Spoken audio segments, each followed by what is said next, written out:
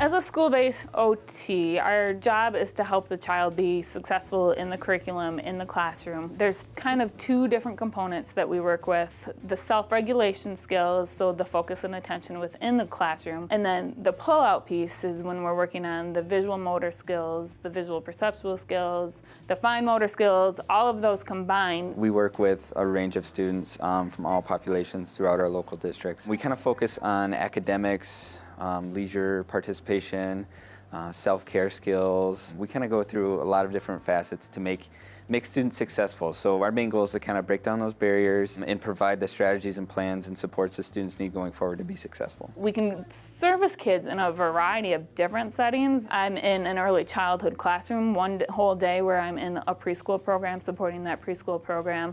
Some of our OTs support the ASD programs. There's also the high school programs. I mean, we have OTs over at Hartwood. So none of us are going to be doing the exact same thing. And our goals could be word for word verbatim, but the way we're going to approach and work on those goals is all going to be different based on our personality, based on the student that we're working with. Just a variety of different things can be done. We provide a lot of direct servicing that can be, working directly with the student, either in a one-on-one setting or in a group. We can push into classes or pull out. And usually we provide a lot of other ends. So we go off in consultations, so we'll meet with teachers, staff members, any other support staff or team members that we need to meet to kind of help provide strategies for students to be successful in the classroom and throughout their whole school environment. When a kid comes to work with me, they don't necessarily know that they're coming to do work and to work on the skills. If my student that just worked with me can come leaving with a smile, I feel like that's been a success. We might not have even touched on all of the goals, but I know that I've been a bright spot in the day for that child while we're working on some of those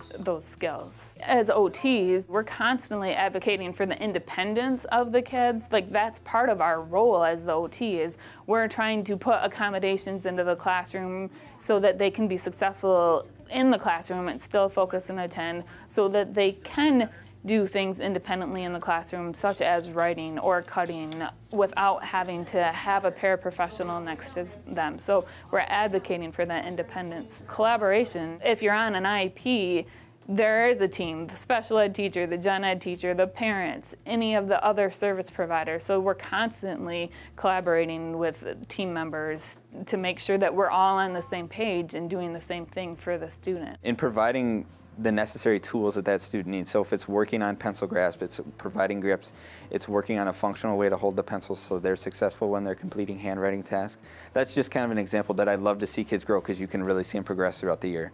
Whether it's that or working on different visual motor controls or visual perceptual things that they need to work on throughout the day to be successful in the classroom, whether that's transferring information to a board, to paper, whether it's finding certain details on your paper or looking through words and columns in a book. It kind of just varies on a day-to-day basis, but I love watching kids grow, and that's probably one of my favorite parts of my job.